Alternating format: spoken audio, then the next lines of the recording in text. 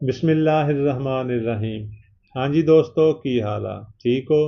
अच्छा दोस्तों, ਜਿਹੜਾ ਸਾਡਾ ਅੱਜ ਦਾ ਮੌਜੂ ਆ ਨਾ, ਇੰਤਹਾਈ ਹਸਾਸ ਤੇ ਅਹਿਮ ਮੌਜੂ ਆ।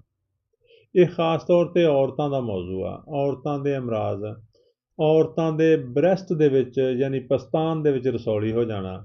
ਬਾਜ਼ ਔਰਤਾਂ ਦੇ ਇੱਕ ਪਸਤਾਨ 'ਚ ਰਸੌਲੀ ਹੋ ਜਾਂਦੀ ਆ, ਬਾਜ਼ ਦੇ ਦੋਵਾਂ ਸਾਈਡਾਂ 'ਤੇ ਹੋ ਜਾਂਦੀ ਆ।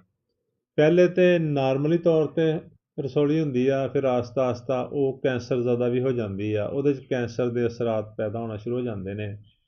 ਅਤੇ ਬਾਜ਼ ਔਕਾਤ ਇੱਥੇ ਤੱਕ ਨੌਬਤ ਪਹੁੰਚ ਜਾਂਦੀ ਆ ਕਿ ਡਾਕਟਰ ਕਹਿੰਦੇ ਨੇ ਕਿ ਬ੍ਰੈਸਟ ਹੀ ਕੱਟਣਾ ਪਏਗਾ, ਇਹਨੂੰ ਹੀ ਜਿਸਮ ਤੋਂ ਅਲੱਗਾ ਕਰਨਾ ਪਏਗਾ। ਅਤੇ ਦੋਸਤੋ, ਇਹ ਬੜਾ ਜ਼ੀਅਤਨਾਕ ਮਸਲਾ ਹੈ, ਖ਼ਾਸ ਤੌਰ 'ਤੇ ਉਸ ਔਰਤ ਵਾਸਤੇ ਜਿਹਦਾ ਬ੍ਰੈਸਟ ਕੱਟ ਦਿੱਤਾ ਜਾਵੇ। ਅਤੇ ਦੋਸਤੋ, ਅਗਰ ਕਿਸੇ ਮੇਰੀ ਅਜ਼ੀਜ਼ਾਂ ਨੂੰ ਘਰ ਦੇ ਵਿੱਚ ਇਹ ਮਸਲਾ ਹੈ, ਉਹਨੂੰ ਬ੍ਰੈਸਟ ਦੀ ਰਸੌਲੀ ਆ, ਉਹਨੂੰ ਪਸਤਾਨ ਦੀ ਰਸੌਲੀ ਆ, ਔਰ ਉਹ ਇਲਾਜ ਕਰਾ ਕਰਾ ਥੱਕ ਗਏ ਨੇ, ਆਰਾਮ ਨਹੀਂ ਆ ਰਿਹਾ, ਜਾਂ ਉਹ ਕਿਸੇ ਵਜ੍ਹਾ ਨਾਲ ਇਲਾਜ ਨਹੀਂ ਕਰਾ ਸਕੇ ਅਤੇ ਦੇਰ ਹੋ ਗਈ ਆ, ਅਤੇ ਦੋਸਤੋ ਜਿਹੜੀ ਸਾਡੀ ਅੱਜ ਦੀ ਰੈਮਡੀ ਆ, ਇਹ ਨਾ ਸਿਰਫ ਉਹਨੂੰ ਠੀਕ ਕਰ ਦੇਗੀ ਬਲਕਿ ਮੁਕੰਮਲ ਤੌਰ 'ਤੇ ਸ਼ਫਾ ਯਾਬ ਕਰ ਦੇਗੀ। ਅਤੇ ਕਰਨਾ ਕੀ ਆ, ਹੋਮੀਓਪੈਥਿਕ ਦਵਾ, ਇਹ ਦੇਖੋ, ਕਲਕੇਰੀਆ ਫਲੋਰ, ਇਹ 6 ਤਾਕਤ ਦੇ ਵਿੱਚ ਰਹਿਣੀ ਆ। ਕਲਕੇਰੀਆ ਫਲੋਰ 6X ਦੇ ਵਿੱਚ ਇਹਦੀਆਂ 4 ਗੋਲੀਆਂ ਸੁਬਾਹ, 4 ਦੁਪਹਿਰ ਅਤੇ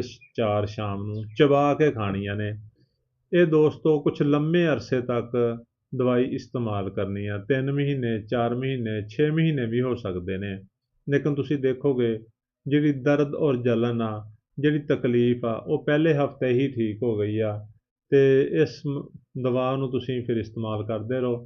ਅਤੇ ਦੋਸਤੋ ਦੂਸਰੀ ਜਿਹੜੀ ਦਵਾ ਹੈ ਉਹ ਹੈ ਕੋਨੀਅਮ।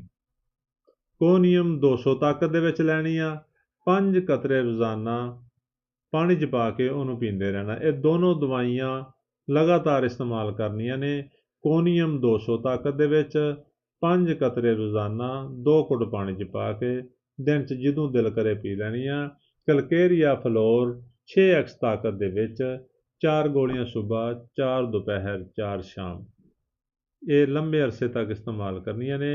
ਇਨਸ਼ਾਅੱਲਾ ਬ੍ਰੈਸਟ ਦਾ ਕੈਂਸਰ, ਪਸਤਾਨ ਦਾ ਕੈਂਸਰ ਤੱਕ ਵੀ ਠੀਕ ਹੋ ਜਾਏਗਾ। ਪਸਤਾਨ ਦੀਆਂ ਰਸੌਲੀਆਂ ਇਨਸ਼ਾਅੱਲਾ ਦੇਖਦਿਆਂ ਦੇਖਦਿਆਂ ਗਾਇਬ ਹੋ ਜਾਣਗੀਆਂ। ਅਤੇ ਦੋਸਤੋ, ਸਾਡੀ ਵੀਡੀਓ ਨੂੰ ਲਾਈਕ ਅਤੇ ਸ਼ੇਅਰ ਕਰੋ ਤਾਂ ਕਿ ਆਉਣ ਵਾਲੀ ਵੀਡੀਓ ਵੀ ਤੁਹਾਨੂੰ ਜਲਦ ਮਿਲ ਸਕੇ। ਸ਼ੁਕਰੀਆ, ਅੱਲਾ ਹਾਫਿਜ਼।